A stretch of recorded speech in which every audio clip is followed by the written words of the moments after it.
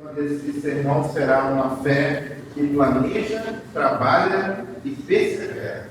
Uma fé que planeja, trabalha e persevera. Vamos abrir então Neemias capítulo 2.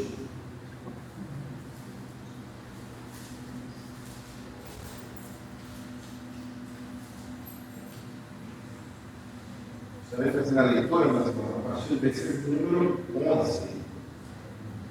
Assim diz a palavra do Senhor. Cheguei a Jerusalém antes de 3 dias. Então, à noite, me levantei, e uns poucos homens comigo, não declarei a ninguém o que meu Deus me pusera no coração para eu fazer em Jerusalém. Não havia comigo animal algum, senão o que eu montava. De noite saí pela porta do vale para o lado da fonte do dragão e para a porta do monturo. E contemplei os muros de Jerusalém que estavam assolados, cujas portas tinham sido consumidas pelo fogo. Essa é a porta da fonte e ao açude do rei, mas não havia lugar por onde passasse o animal que eu montava. Subi à noite pelo ribeiro e contemplei ainda os muros, voltei entrei pela porta do vale e corri para casa. Não sabia os magistrados onde eu fora nem o que fazia, pois até aqui não havia declarado coisa alguma, nem aos judeus, nem aos sacerdotes, nem aos nobres, nem aos magistrados, nem aos mais que faziam a obra. Então ele disse: estás vendo a miséria que estamos Jerusalém assolada, suas portas queimadas? E depois edificamos os muros de Jerusalém e deixemos de ser opróbrio. Ele declarei como a boa mão do meu Deus estivera comigo. E também as palavras que eu falar. Então disseram: disponhamos, edifiquemos, e fortaleceram as mãos para a obra.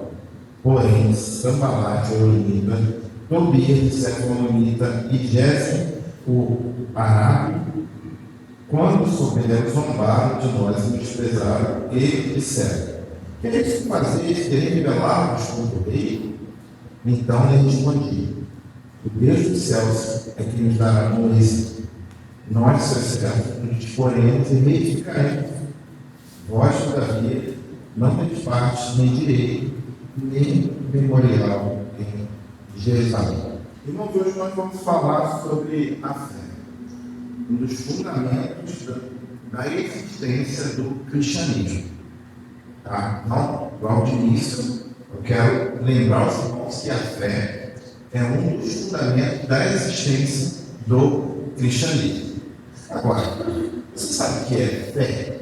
Você já parou para pensar o que significa essa pequena palavra de 2 letras?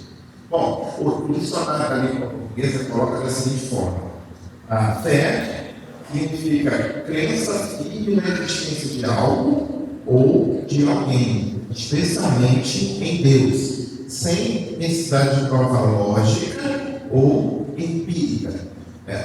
Aqui, trocando em miúdos, o dicionário fala que a fé é você acreditar em alguma coisa, sem você precisar provar de forma lógica, no sentido assim, de uma coisa, trazer evidência de outra coisa, mas matematicamente pensando, ou empírico, ou seja, de experiência. Quando é experiência, já não é mais fé, é experiência. A palavra empírica quer dizer isso. O dicionário continua. Deriva do latim fides, que expressa confiança, lealdade, fidelidade e convicção. No uso comum, ter fé é acreditar ou confiar, ainda que não se veja. Essa é a primeira definição de fé. Agora, para o hebreu que é o leitor do texto de Neemias, que seria fé, e inclusive no Antigo Testamento.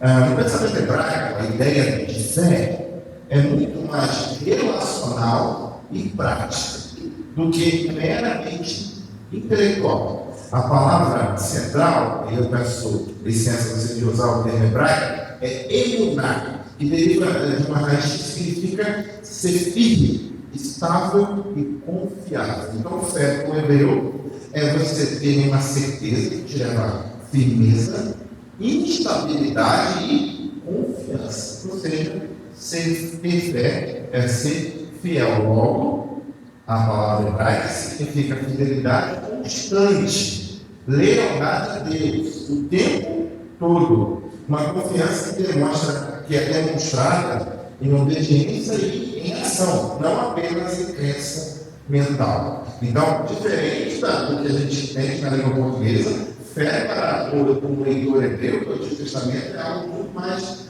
visível, é algo que se demonstra na sua vida. A nossa teologia reformada, na fé é entendida as luzes das escrituras dos nossos ciclos, né? Que nós escolhemos como padrão de doutrina da nossa igreja, o ciclo de Westminster. A Bíblia e a interpretação da escritura, que são os ciclos de Westminster, diz que a fé é um dom de Deus, meio pelo qual o crente se apropria de Cristo e das suas promessas. Então, pensando no pensamento hebraico, que é algo experimental, a teologia diz que é isso que os hebreus experimentavam, é um dom de Deus, ou seja, um presente vindo de Deus. Deus que gera fé no nosso coração. O texto da confissão de fé, de Westminster, capítulo 14, traz a seguinte relação. A graça da fé, pela qual os eleitos são habilitados a crer para a sua salvação das suas almas, é obra do Espírito de Cristo nos nossos corações e é ordinariamente operada pelo ministério da palavra. O que a confissão de fé diz? Que Deus ele gera no nosso coração a fé no momento em que você ouve a palavra de Deus. Então, possivelmente, nesse momento, estamos gerando fé no coração de muitas pessoas aqui agora e reforçando aquilo que ele já gerou no seu coração. Fé, portanto, não é um mero conhecimento ou aceitação mental, mas é uma tamanha confiança em Cristo, na sua obra redentora, que produz uma vida diferente, que nos leva a ter descanso de Cristo, obediência e perseverança de forma autêntica. Essa definição será importante para entendermos o texto que nós acabamos de ler, o texto de Neemias. O que acontecia no texto que nós acabamos de ler? Neemias, servo do rei da Pérsia, humanamente falando, mas principalmente falando, Neemias, servo do Deus da aliança, do Deus de Israel, retorna a Jerusalém movido por Deus para reconstruir aqueles muros que estavam caídos, que era símbolo da guarda e da segurança de Israel. E aquela segurança estava no chão.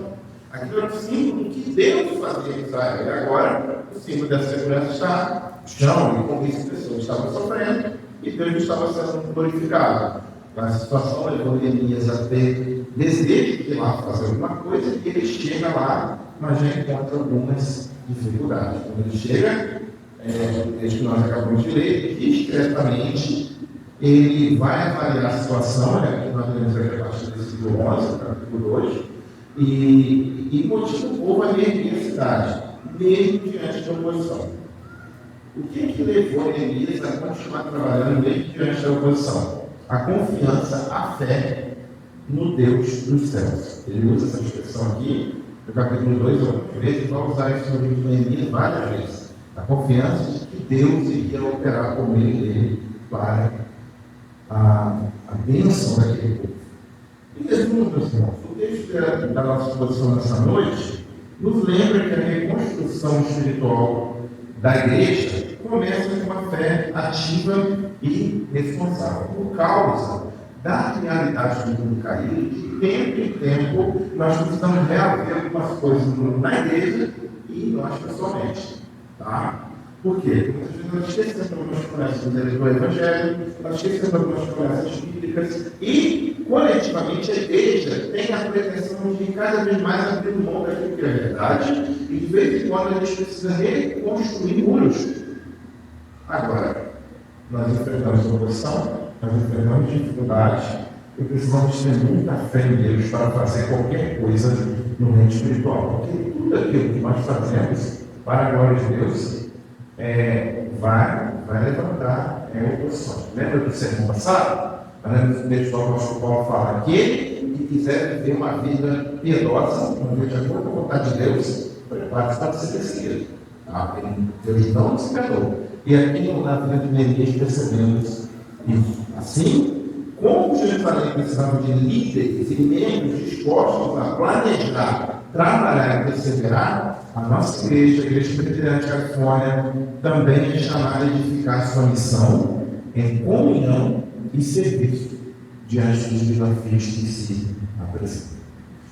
O texto nos ensina que Deus usa pessoas comuns para realizar obras extraordinárias, com a fé de que a boa mão do Senhor está sobre elas. Será que você não pode nos usar também nessa igreja? Será que você não pode usar nós como pessoas comuns? Pessoas que dependem da graça de Deus, que precisam do Senhor. Será que ele não pode nos usar para fazer coisas extraordinárias? A resposta é sim. Ele pode nos usar também, e isso nós vamos aprender no decorrer deste sermão. Então, de início, nós vamos aprender o primeiro ponto nosso é: a fé não anula o planejamento. A fé não anula o planejamento. O que está acontecendo aqui, do versículo 11 ao versículo 16? Neemias chega a Jerusalém, permanece 3 dias em silêncio. O verbo hebraico usado ele demonstra que ele permanece em silêncio, mostra uma atitude de espera estratégica. Ele não estava em silêncio porque ele não conseguia falar. Ele estava em silêncio de forma estratégica, em contraste com o impulso precipitado. À noite, ele vai lá e faz uma inspeção secreta. Ele examina cuidadosamente o trabalho que ele deveria fazer. Ele examina cuidadosamente aqueles muros que estavam construídos. Nós temos aqui, meus irmãos, a fé ativa, mas guiada por um discernimento. Ele primeiro planeja sobre oração, sem depender das suas emoções e nem fazendo publicidade. Ele foi sozinho, eles não viram ele foi sozinho ver como estava no muro. Depois que chegou os outros companheiros que estavam acontecendo.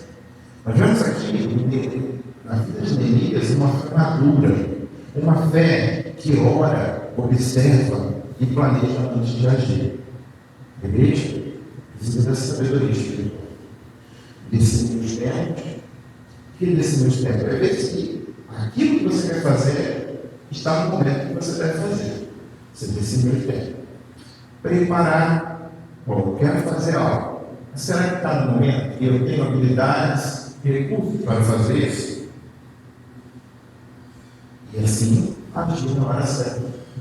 Depois que prepara o caminho, agir na hora certa. Neemias, meus irmãos, demonstra uma prudência espiritual e liderança sábia. Podemos aprender com a ação de Deus na vida desse homem. Tá? Antes de agir publicamente, ele ora, observa, avalia a situação por si mesmo. O texto mostra que a fé não é precipitação. Deus move o coração dele. Nós vemos aqui no versículo de número 12. Olha aqui no versículo 12. Então eu me levantei, meus povos comigo, não declarei a ninguém o que o meu Deus me pusera no coração para fazer. Então ele está declarando que aquele desejo dele não era um desejo normal, era Deus movendo o seu coração. Mas certo que Deus age com sabedoria e planejamento. Provérbios 22, 3 diz assim: o prudente vê o mal e se esconde. Ou seja, tem momentos que é para ficar calado. Como dizem Eclesiastes, tem momentos que é para falar. Existe um momento apropriado para tudo debaixo da história. Um puritano que eu tenho usado aqui como comentarista do texto de Neemias, ele diz assim: a fé não dispensa o planejamento. A fé santifica o planejamento. O fato de você acreditar não quer dizer que você deve abrir mão do planejamento.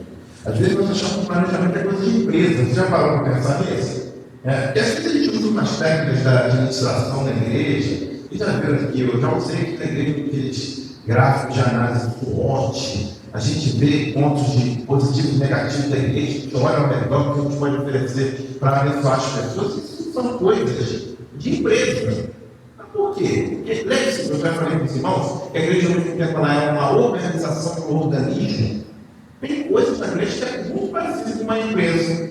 Muito parecido. A gente tem tesouraria, diretoria, a gente tem documentação CNPJ. Por isso é muito parecido com a igreja é uma organização. O nome da nossa organização é IPB, Igreja Presbiteriana do Brasil. Por outro lado, a igreja é algo completamente diferente de qualquer coisa nesse mundo. A igreja é um organismo vivo, é um ajuntamento de pessoas crentes no Senhor Jesus, um ajuntamento que só pode existir por causa da fé. Então, algumas coisas a gente faz no planejamento. Então, por exemplo, eu não posso fazer uma previsão de quantas pessoas vão se converter no ano que vem, porque isso tem a ver com o limite.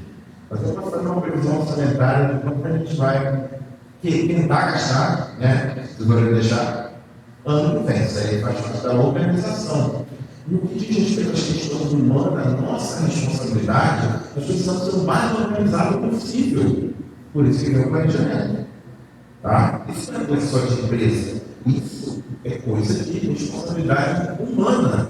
Mas, diferente de uma empresa pagã, a igreja precisa santificar, redimir o planejamento.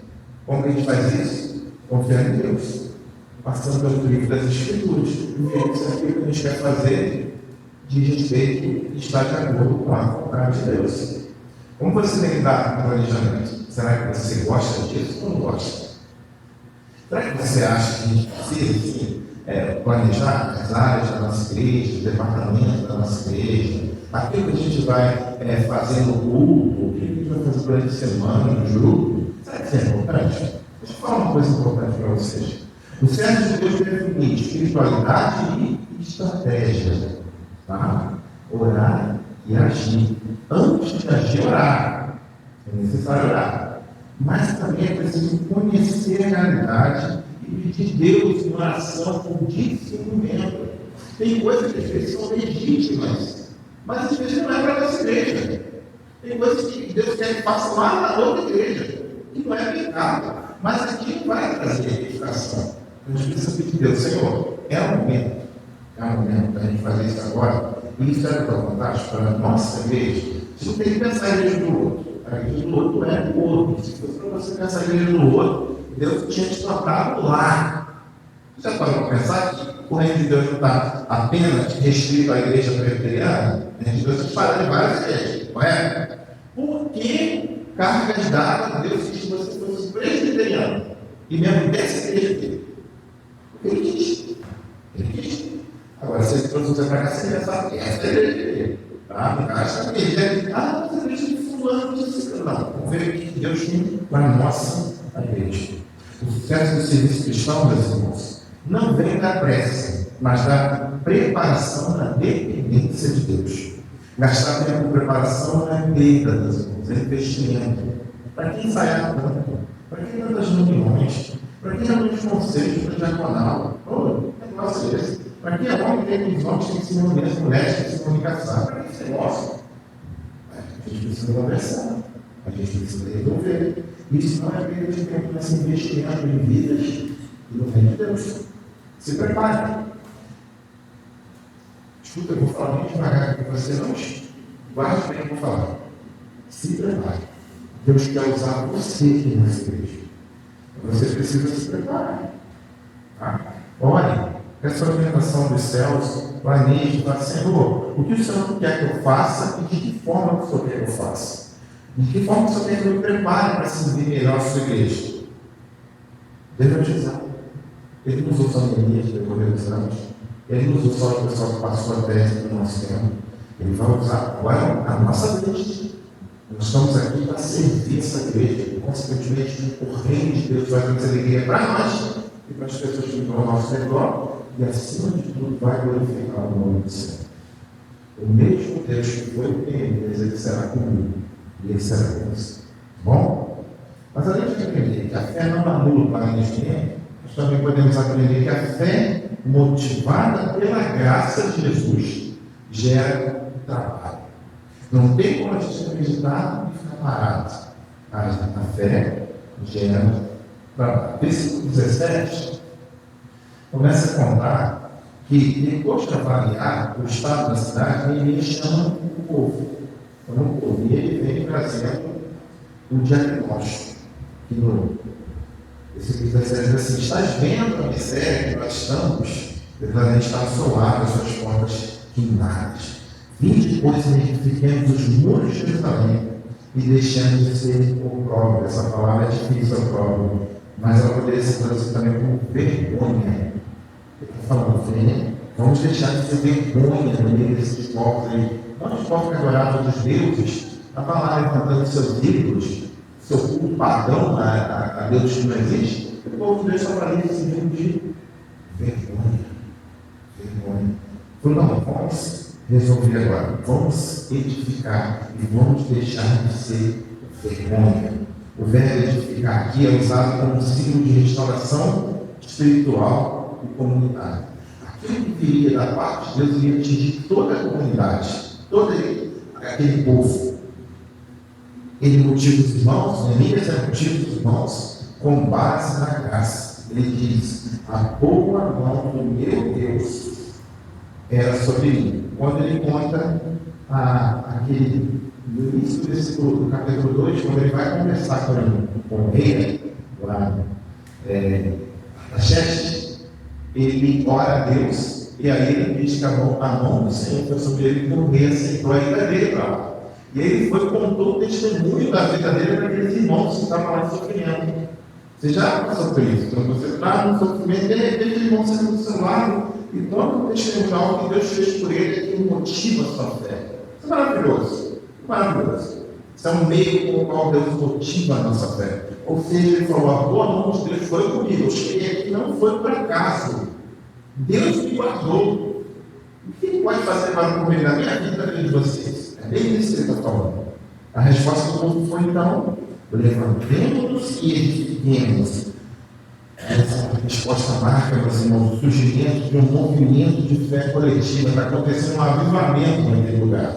Eles estavam chateados, tristes. Eles não tinham nada para nada. Está tudo destruído, tudo quebrado, tudo no chão. E agora eles olham para Neemias e falam: levantemos e edifiquemos. Isso está marcando um avivamento da fé, da crença que Deus iria operar no meio deles. A fé verdadeira, então, meus irmãos, se manifesta com o desejo do povo trabalhar. E não é só de ficar no coração, não é ação de fazer, é um trabalho concreto. Cada membro é chamado a participar da edificação do povo. Estava acontecendo lá naquele momento. E esse mesmo chamado recai sobre a vida da igreja. Quando a igreja reconhece que a boa mão de Deus está sobre ela, o desânimo cede lugar do serviço alegre. Tá? A primeira igreja precisa reconhecer e ter certeza que a boa mão de Deus está sobre ela. Uma vez que isso acontece, há serviço alegre. Neemias age, meus irmãos, como um líder espiritual missionário, despertando a fé e a esperança daquele povo. Ele não impõe, mas inspira confiança ao relatar a boa mão de Deus sobre o povo. Hoje em dia, existe uma linha de liderança que até as empresas já abriram mão, que é aquela liderança autoritária, que olha para as pessoas e fala: faz o que eu estou mandando. Isso é posição. E o triste ainda é ver alguns pastores achar que na igreja isso é feito assim. E aí a gente olha para Jesus não fazia desse jeito. A única vez que Jesus exigiu uma coisa foi ele meter o pé lá naquele cambista lá do templo, foi porque eles estavam vendendo coisas no pátio dos gentios, que era um acesso do povo que não era israelita à verdadeira adoração. Aí Jesus foi lá e chegou o balde. A gente deixa de bravo. E a gente tem que ficar bravo nisso. Quando as ações da igreja impedem que pessoas conheçam o verdadeiro evangelho. Jesus fez isso. Agora, antes disso, fora isso, Jesus convencia com seu acolhimento, falando verdade e amor. Ele inspirava a confiança das pessoas. Tá? E agora nós temos aqui com 400 e poucos anos antes de Jesus, nós vamos aqui ter Elias fazendo o eco do que o Redentor vai fazer na sua vida também. Tá? Ele inspira confiança ao relatar que a boa mão de Deus estava sobre a vida do povo. Esse é o texto que reflete o princípio reformado de que Deus usa meios humanos para cumprir seu propósito de soberania. Isso é teologia reformada pura. Por isso, irmão, Deus usa homens fracos, sem força. Às vezes, vem de família pobre, com intelecto muito pobre, tem que ralar muito para estudar, às vezes para aprender alguma coisa. Às vezes, pessoas têm saúde, uma idade às vezes avançada ou nova idade. Deus usa isso para a glória dele e para a bênção das igrejas. Ele continua fazendo isso, meu irmão. Ele usa pessoas comuns, meios humanos para cumprir os seus propósitos soberanos.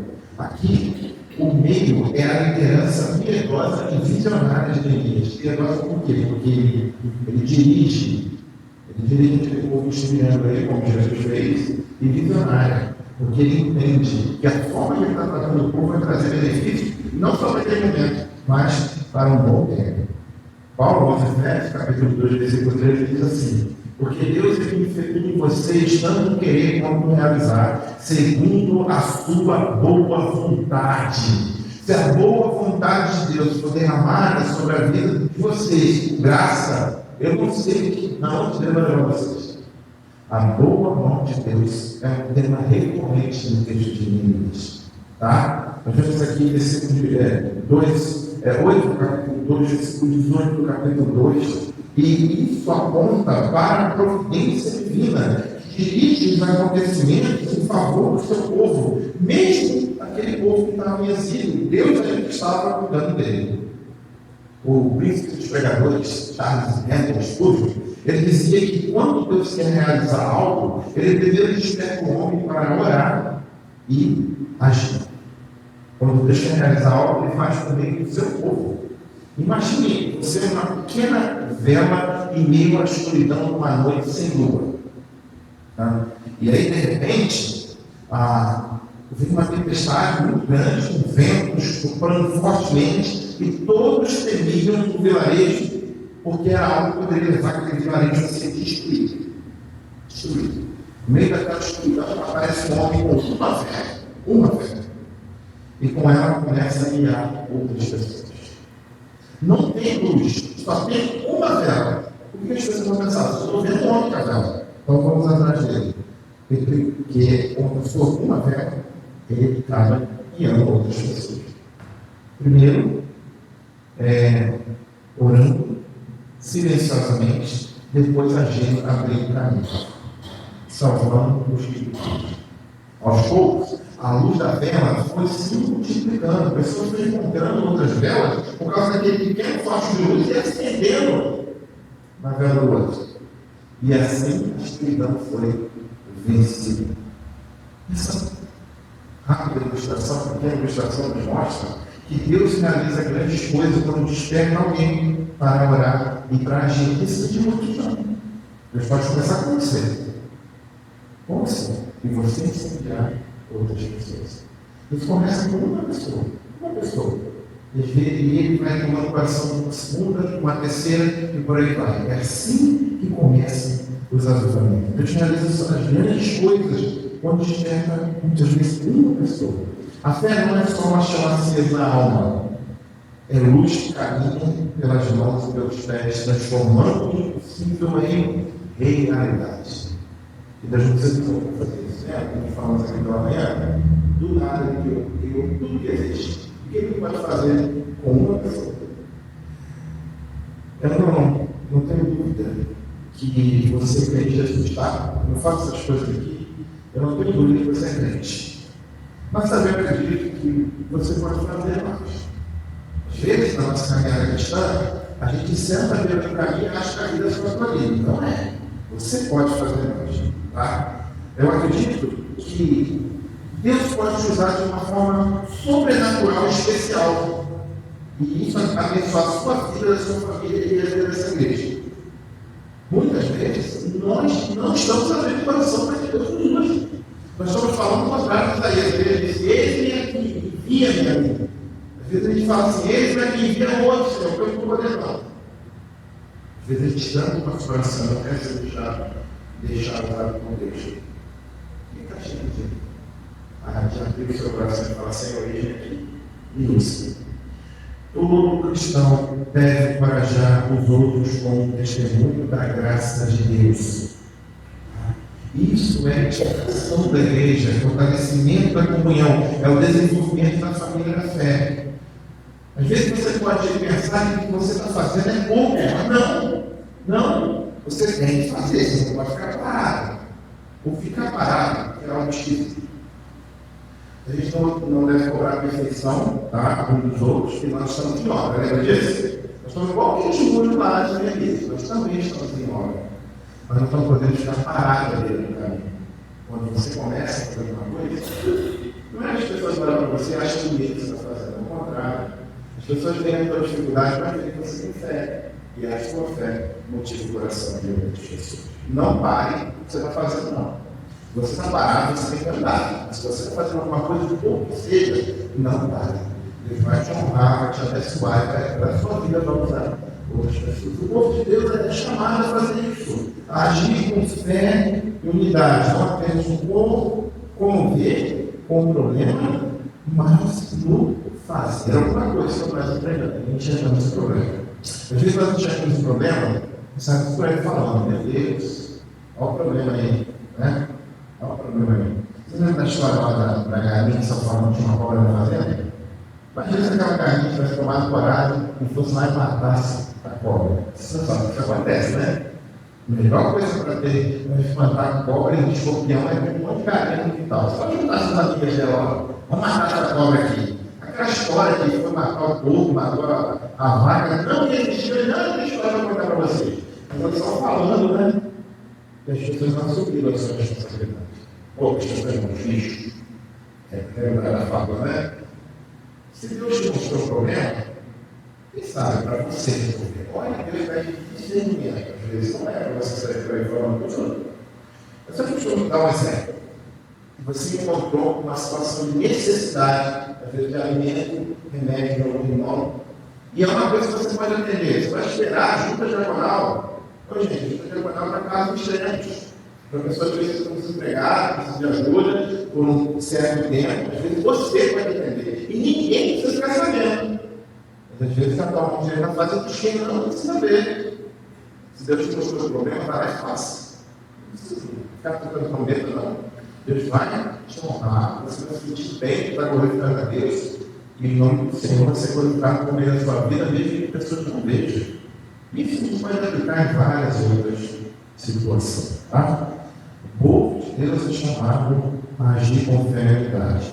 Deus quer usar você para o crescimento, o seu crescimento agora como líder. Né? As grandes obras espirituais começam quando alguém diz 20 coisas e redes.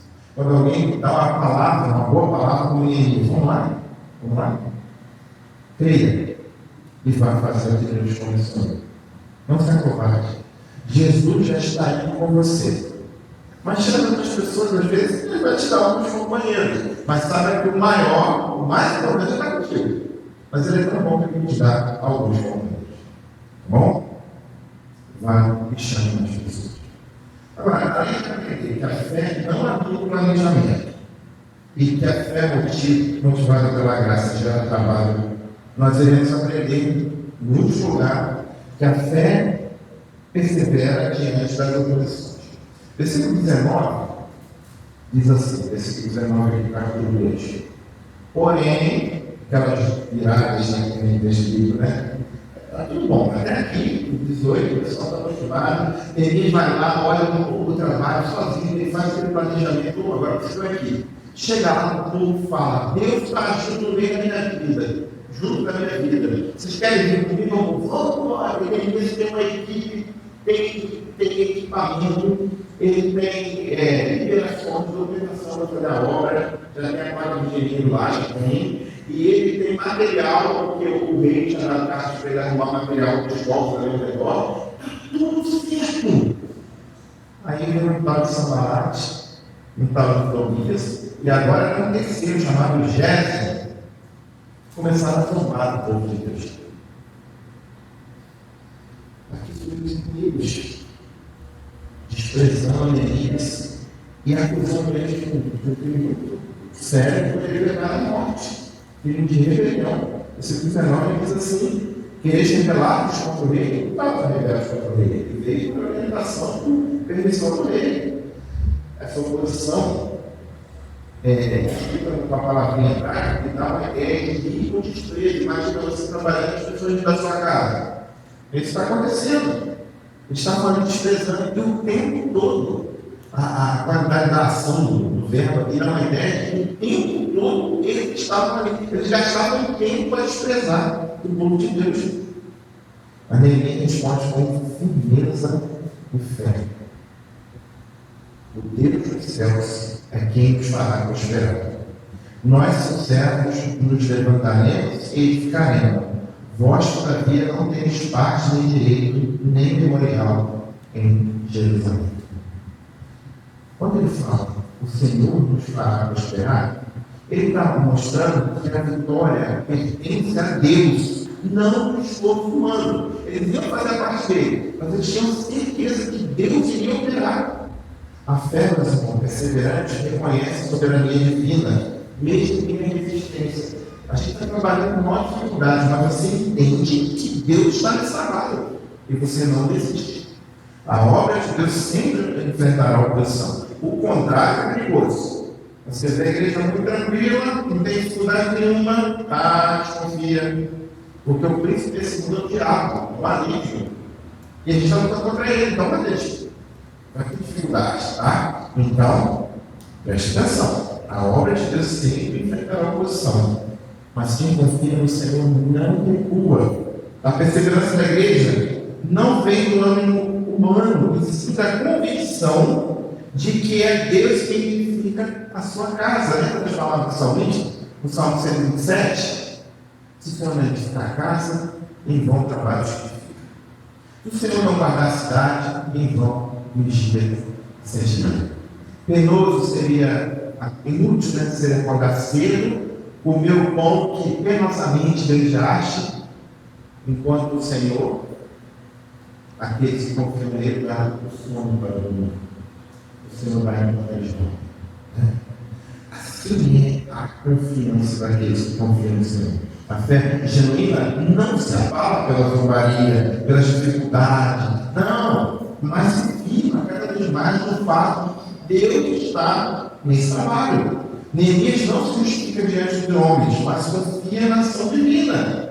A frase, o Deus do céu quem nos faz prosperar, é uma pública profissão de fé, semelhante ao que Abraão faz naquela passagem, por exemplo, que ele está subindo ao monte com toda a areia nas costas do seu filho, sabe? E o filho sabia que ele estava indo para sacrificar, mas não viu o sacrifício. É que, de fato, o sacrifício seria milagre. E aí, quando ele subiu no morro, o filho faz o sacrifício e pergunta: ô pai, estou vendo aqui a areia? Estou vendo aqui o teto, que vai cortar alguma coisa, até fogo, está tudo certinho. E o que? Não tem sacrifício?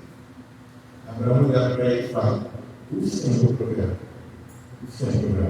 Essa mesma fé é a fé de Neemias, dizendo: a mão de Deus do céu é quem vai fazer a gente prosperar. E não é que Deus provou mesmo. Não é Deus. É quando ele levantou a mão para poder matar o seu filho, tinha um cordeiro agarrado na planta, e ele foi lá e pegou, porque Deus falou: não, mata o seu filho, não, está lá. Está lá. Deus provou o cordeiro. Não é assim que ele fez a nossa salvação também? Proveu Jesus Cristo para não morrer no nosso lugar. Ele não parece aqui. O Isaac, a história de Isaac é a mesma sua. O cordeiro morreu no lugar de Isaac, o cordeiro morreu no seu lugar para nos dar a salvação. Tá? Ou, por exemplo, quando Davi diz no Salmo 20, versículo 7, uns confiam em carro, outros confiam em cavalo, ele está falando sobre tecnologia avançada de guerra. Né? E agora, diante disso, ele diz: nós invocaremos o Senhor, nós confiaremos no Senhor. Isso mostra que Davi também tinha a confiança de que o Deus do céu é quem o faria prosperar. Mostra que a missão pertence a Deus e que o homem é apenas um instrumento, um servo.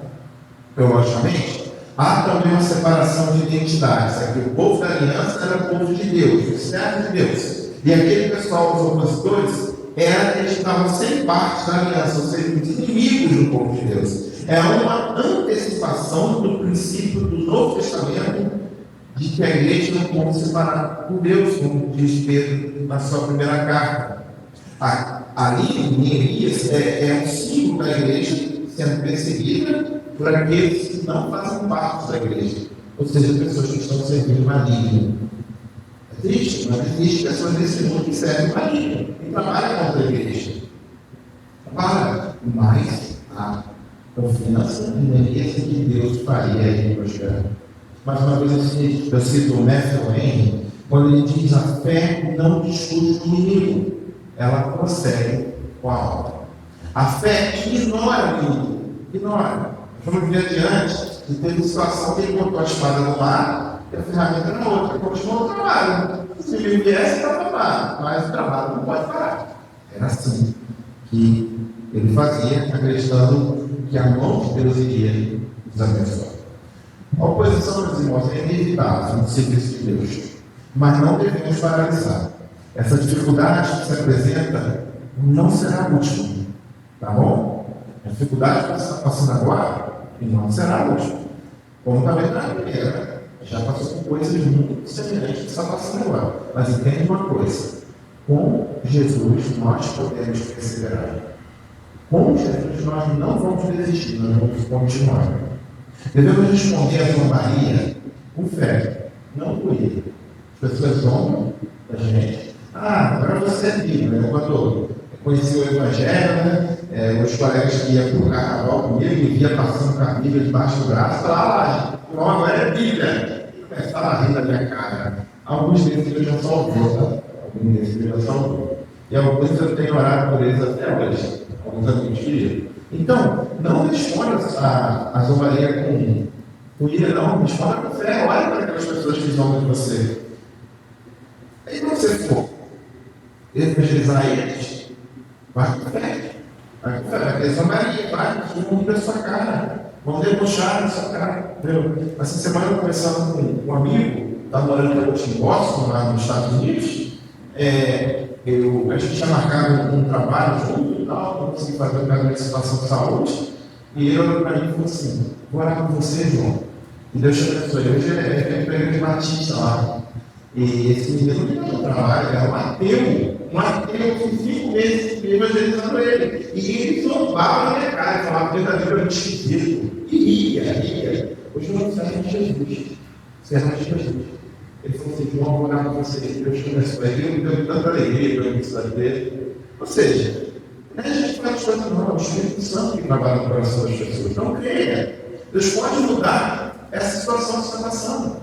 Você precisa perseverar, se apoiando em Jesus, crendo que Ele pode mudar a situação. Lembre-se que a prosperidade verdadeira não é aquilo que se prega por aí, não. 10 reais no Senhor, que Ele vai te dar 100. Isso aí é teologia de prosperidade. A prosperidade bíblica é aquilo que diz o Salmo 13: o Senhor é o meu pastor, nada me faltará. Então, essa verdadeira prosperidade, ela vem de Deus, não de Jesus humanos. Tá? Não do dinheiro, da sua saúde, do seu intelecto, da sua tecnologia, nada disso. Enquanto não tem o ideal, trabalhe no real, trabalhe com aquilo que está na sua mão e confie que Deus vai prover todas as coisas. Deus vai derramar a sua graça. Quantas coisas nós gostaríamos de fazer quando tivesse tudo certinho? Às vezes eu ouço amigos mais jovens dizendo assim: João, não vou para a igreja para não, porque a vida é toda errada. Não, vem. Aqui é o lugar das pessoas que estão caminhando errado. É aqui que o Senhor Jesus, Ele recupera, transforma. É aqui que o Senhor Deus te quer. Por quê? Porque quando a gente repara com aquilo que é certinho, a gente faz o que a gente pode. A gente faz o que a gente pode, ou seja, a sua vida vai ser transformada a cada dia. Porque a prosperidade, a bênção do Senhor, vem a Ele. Não é da realidade humana. Não é da forma que você acreditava ou deixa de estar. Quem nos transforma é Deus. E cada um de nós aqui podemos carregar uma placa sobre nossos pescoços. Desculpe o transtorno, estamos em construção. Conforme os muros de Jerusalém dentro do inimigo. Eu quero concluir, meus irmãos, entendendo que, na verdade, eu não sei qual é a luta que você está passando. Tá? Deus não me revelou isso. Deus só veio que a gente entendeu o que deixa pregar para vocês e aplicar na vida de vocês. Eu não sei o que você vai enfrentar durante essa semana. Eu não sei qual é o seu sambalás, Tobias e Jéssica que você vai ter que enfrentar amanhã, segunda-feira. Eu não sei o que você precisa vencer. Mas eu sei que você precisa lutar com fé, confiando em Jesus Cristo. Olhe as situações favoráveis da sua vida e acredita que Deus pode mudar. Tenha fé. Olhe com fé. Pastor, você sabe o que está falando. Eu estou com uma coisa muito séria para resolver amanhã. Pergunta que eu te faço é: vai com Deus? Não, né? Não. Olha, com fé. Senhor, está nas suas mãos. Eu não sei o que o Senhor vai fazer. Mas se o Senhor quiser, essa deve ser a nossa fé, conforme o Tiago ensina. Se Deus quiser, tudo pode acontecer. Tá bom? Olha com fé. Confie que Deus está cuidando de você, está cuidando da sua família, está cuidando da sua vida, do seu trabalho, da sua saúde. Confie. Enquanto confiamos, não vamos ficar na vida parada. Tá bom? Vamos trabalhar perseverante pela força do Senhor. Entendendo que a força que nós recebemos não é nossa, mas vem da parte do Senhor. Que Deus nos abençoe. Que Ele nos dê força para continuar perseverante na nossa caminhada cristã. Esse tempo nós vamos passar aqui até Jesus voltar, ainda vamos viver uma vida de luta. Ainda vamos ter que vencer muitas oposições. Ainda vamos ter que fazer planejamento secreto, motivar pessoas. Mas uma coisa que nós podemos ter certeza é que a boa mão do Senhor será conosco. Que assim nos abençoe. Amém.